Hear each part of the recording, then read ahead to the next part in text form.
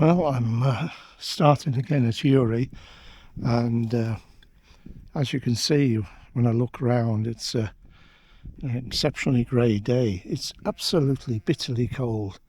My fingers, before I've even started fishing, are frozen.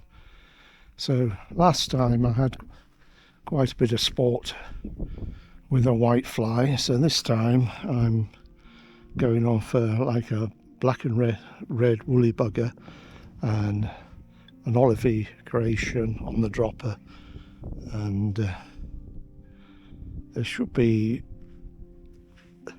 a few fish just off this dam wall here, so I don't really see any need to wade in.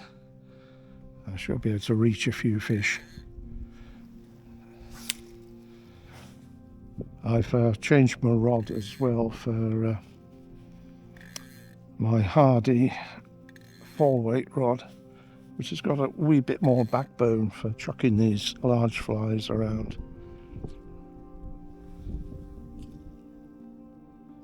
I'll just see how this thing works.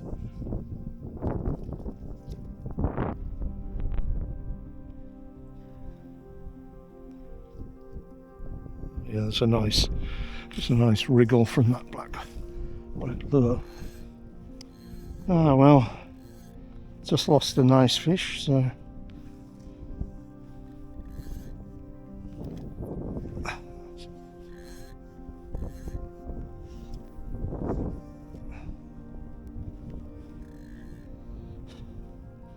I was talking to an angler further back there.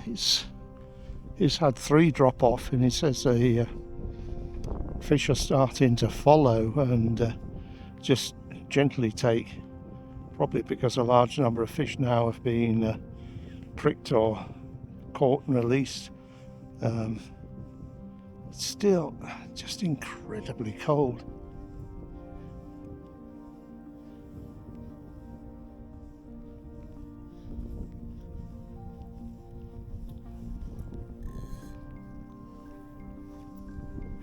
Isn't it funny, when you lose a fish, it's inevitably an absolute cracker, which that one just was.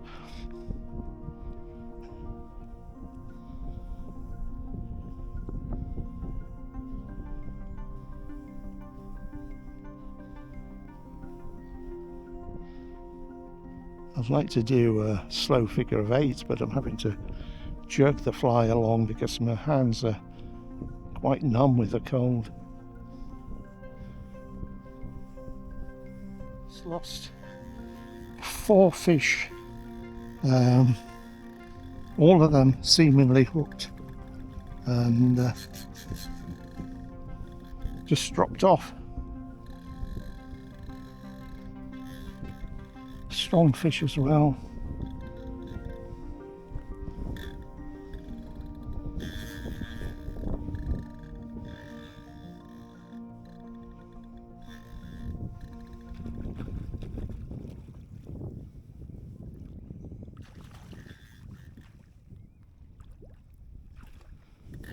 Playing this one for some time.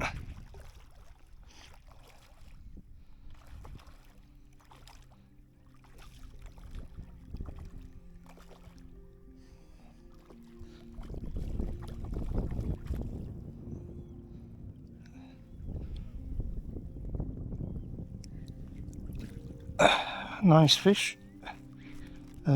This one's for the table, so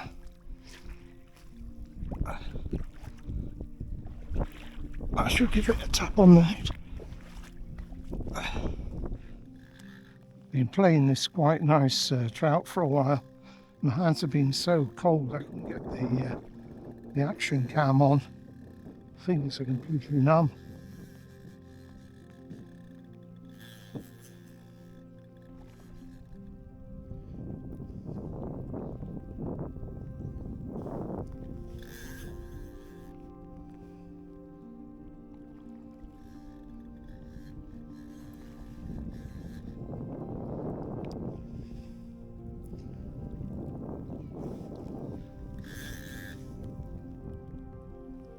This time the fish is going back. It doesn't drop.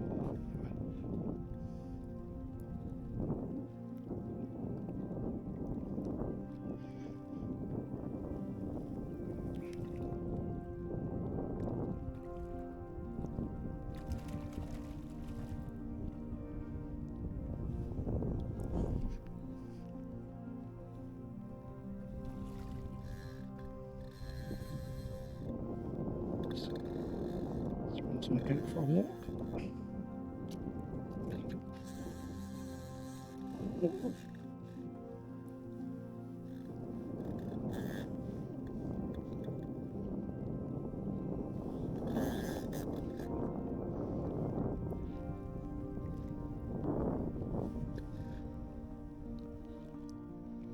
I haven't been messing about with this fish. It'll give you an idea just how strong some of these Hury trout are.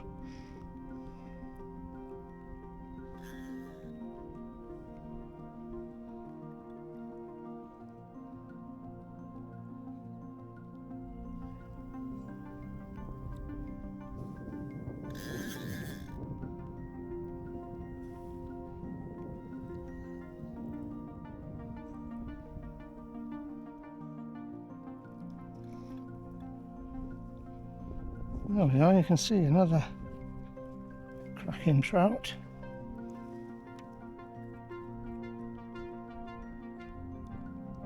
So the dorsal fin. There you go. Go on.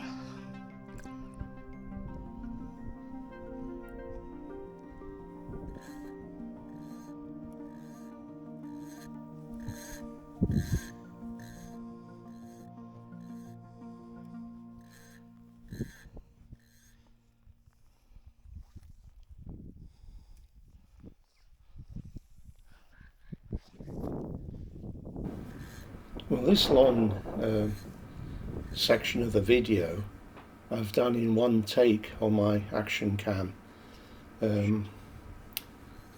So far on that day I've lost 4 fish that seem to be soundly hooked. Played them for quite a while and then just dropped off. I mean, it's one of the things that happens to everybody. So as you can see there, I've just missed another one, and I've walked back to go home because I was utterly perished.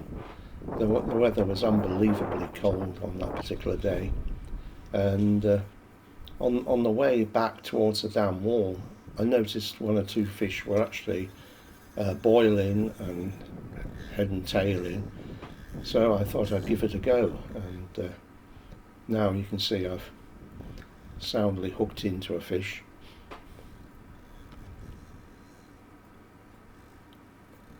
And when I reviewed the footage at home, well, I knew I'd recorded quite a lot of activity in that short space of time, only about 25 minutes of fishing. All right. So it'll just give you a realistic impression of what can happen on a good day on Hury.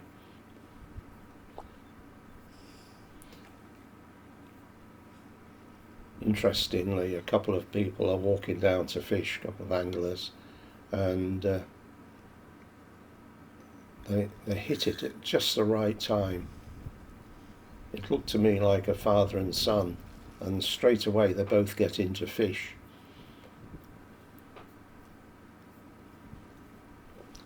I spoke to them later, and it's the first time they've been fishing at Hury, so I hope they don't get the impression that it's always going to fish like this. It's just a matter very often of being in the right part of the reservoir with the right tackle at the right time.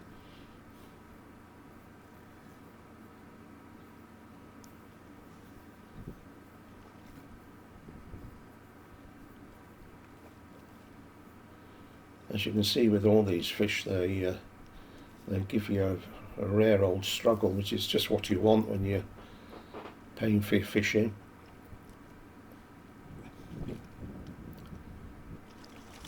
The last fish that you saw me net, I'd actually reduced that clip by about a third of the length because I thought enough's enough. It just went on and on and on. But there's a nice little fish going absolutely crackers in the net.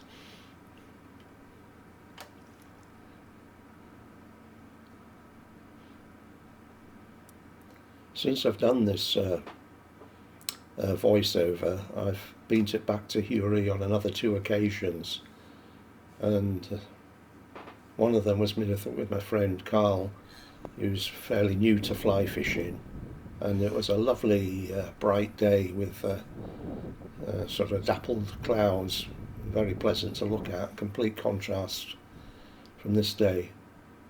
It still wasn't unbelievably warm, around about 6 degrees, I would say.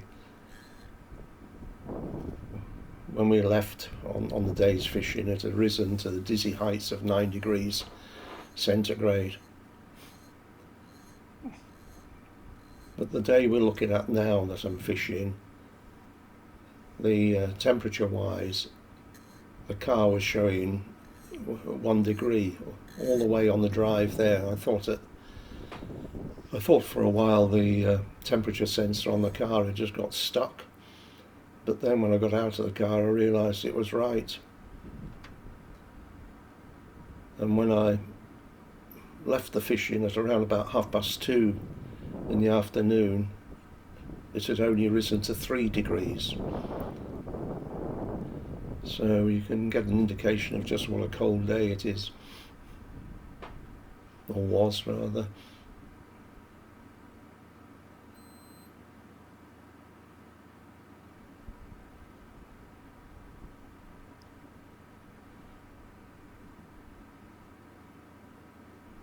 Also, one of the joys of getting older is that you find that you can't get your feet as warm as quickly as I used to be able to.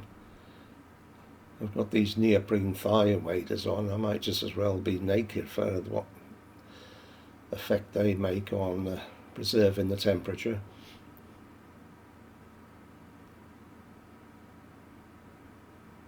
In fact, a couple of times I put my hand in the water on that day to clean off a bit of sand and grit and so on. The water felt a fair bit warmer than the air.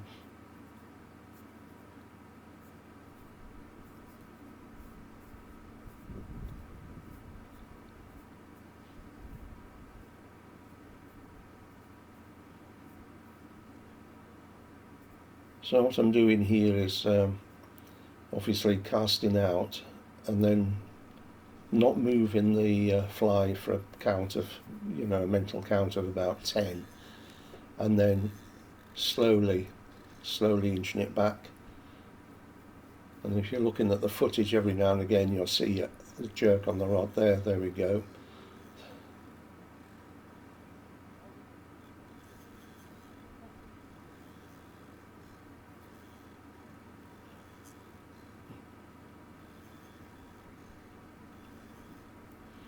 They're jet propelled at times, these fish.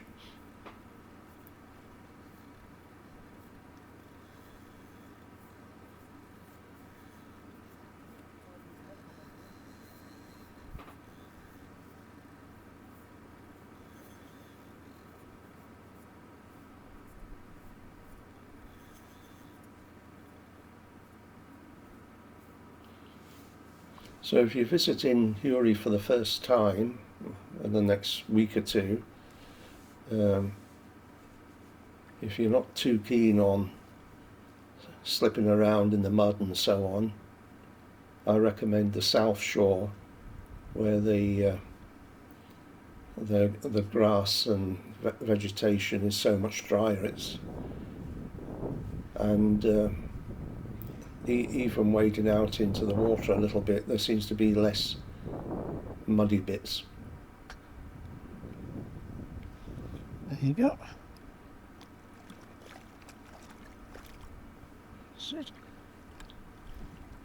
So, as you probably got a glance off there in the net, the The companion fish is the one I killed earlier for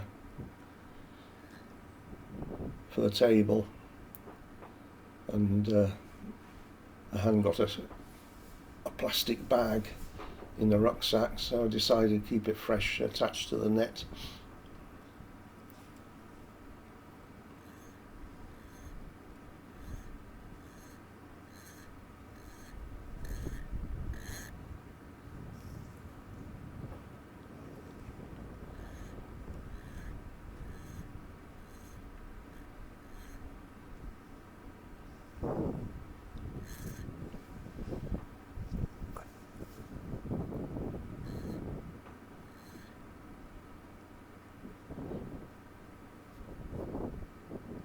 The head keeps bobbing around a bit because I'm watching those two that just a little bit further up the bank, getting into fish straight away, and repeatedly so.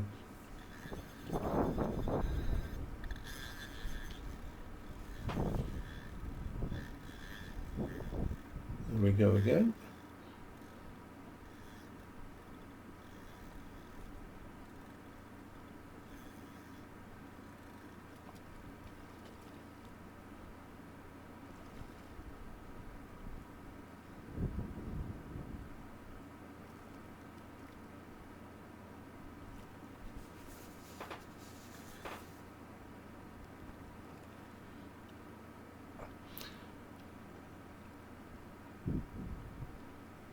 So any of you that have stayed with this video up to this point,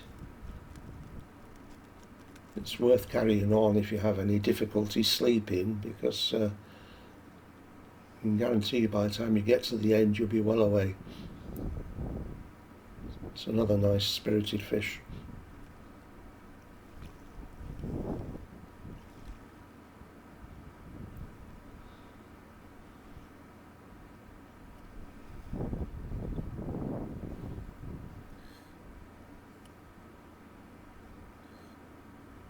There it goes.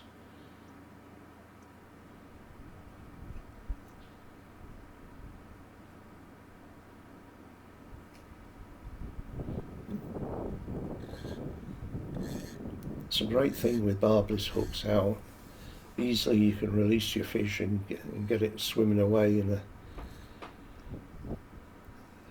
looking healthy into the bargain.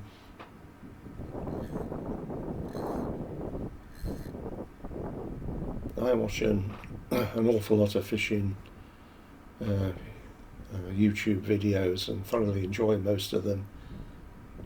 But what I don't particularly like to see is the amount of people that they've unhooked the fish and they're sort of very happy with it, and they've treated it gently in the net, and then they grab it round the middle really tightly, and you can see it bulging at each end just to show the camera. Well, you know, I think that's a pretty crap way of handling fish.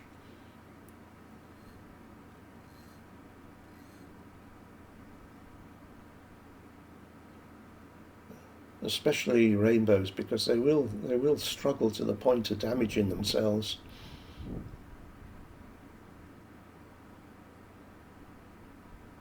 So I just think with the rainbows, just don't handle them unless you tend to bang it on the head and take it home and eat it.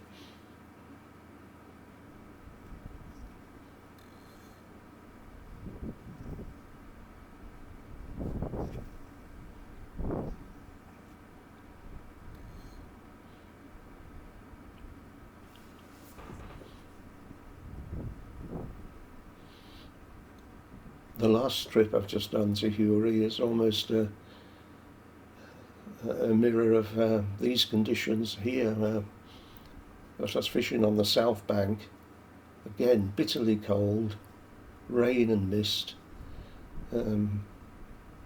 Visibility was appalling, but I managed to still get a decent day out of it.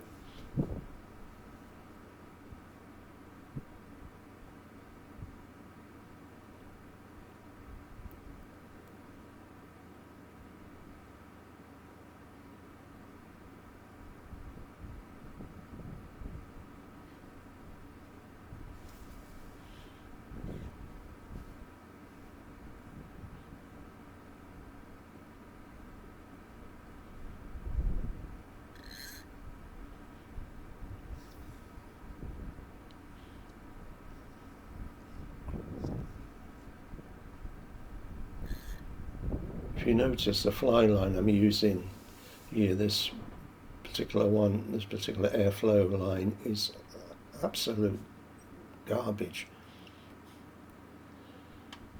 I thought it was a cold weather and it would loosen up and be more supple, but certainly hasn't gone that way. And it's a shame, because I really rate normally airflow lines for doing just what I want.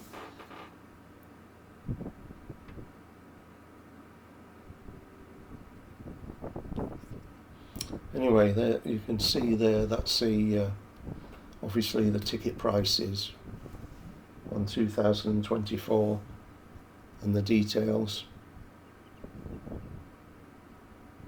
I think it's astonishing value for money,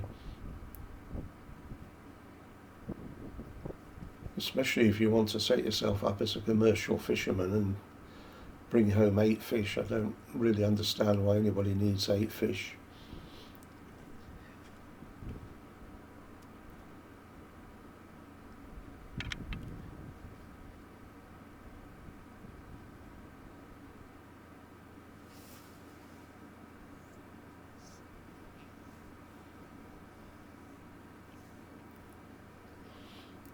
Oh, that last little clip was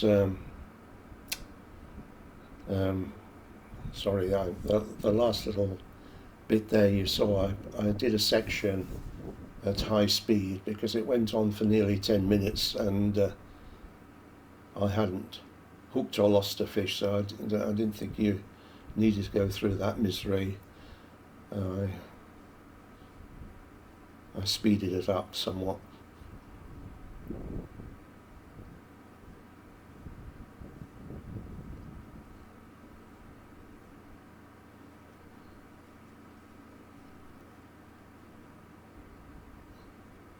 Again, on my last trip to Hury, there was some fish actually rising to some very, very small midges, which was good to see, because it means probably in another week I can put all this lure stuff away and do my favourite fishing, which is dry fly fishing for them, which will mean even more lost fish, but it's all good fun.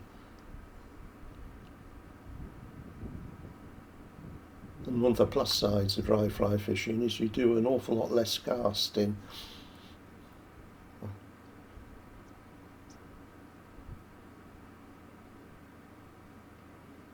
Very satisfying when you see a fish sort of swimming in a straight line and rising continuously, and you cast just in front of it and it boldly takes your flies if it's a natural.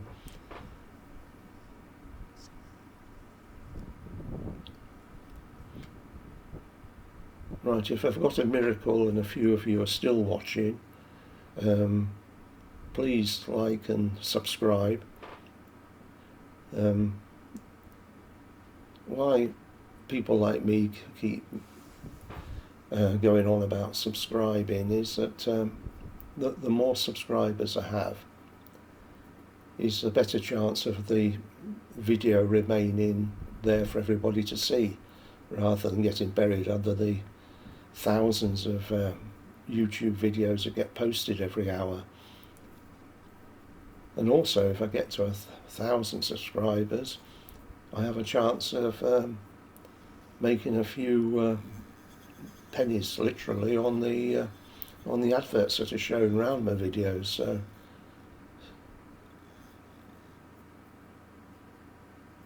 I certainly won't knock that back.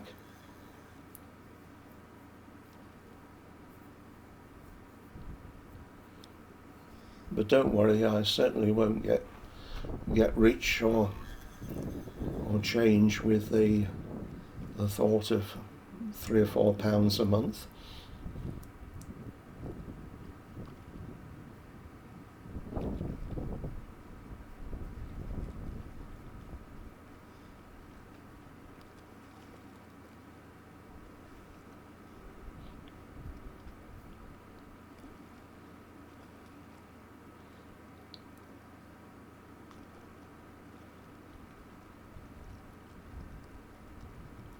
Well, they're belting strong fish.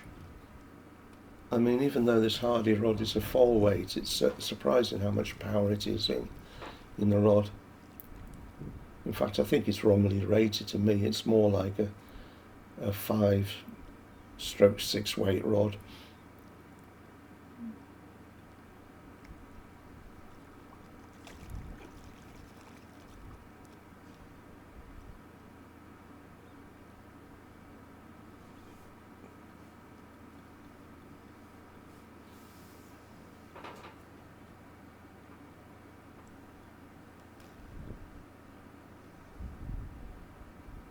So I can clearly see the fly. So what I'm doing now is I'm just trying to grab the end of the nylon and just turn the hook around to release the fish.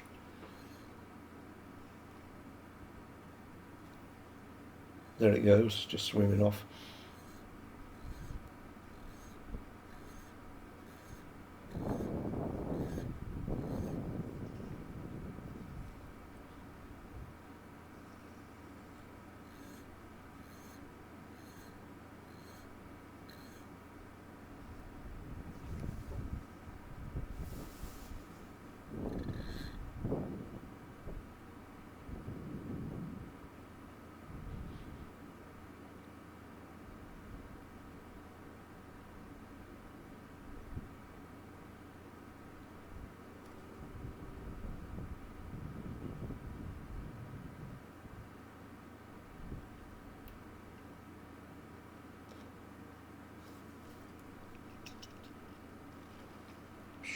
The casting's been a little bit ropey that day. It's a combination of a tired arm and this fly line that's so stiff.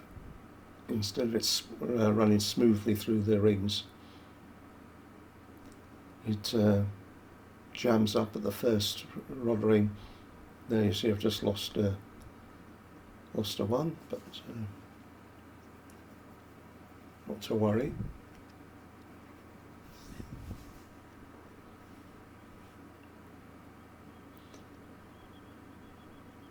So this continuous 20-minute take, I could have easily stopped on for another couple of hours, and I'm sure I would have probably got maybe 6 to 8 more fish at least. But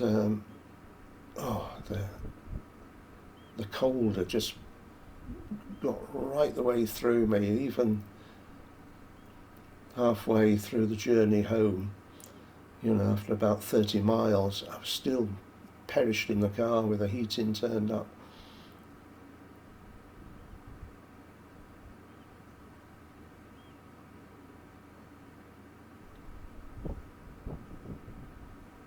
When you suffer cold like that, it makes you wonder what kind of mental state some of these sports people are in, where they lock themselves up in these icy cabinets at sort of like -30. That's supposed to improve their performance.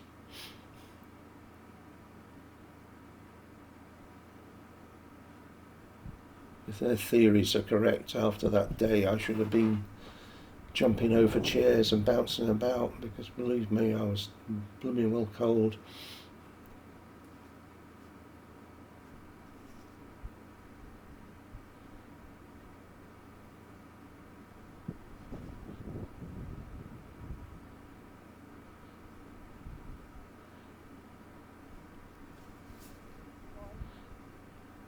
Anyway, I think I've droned on enough for you.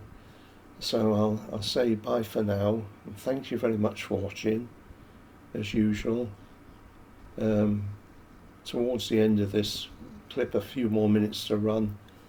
There's a fish of about £5 that I catch and release. So again, thanks for watching. Bye now.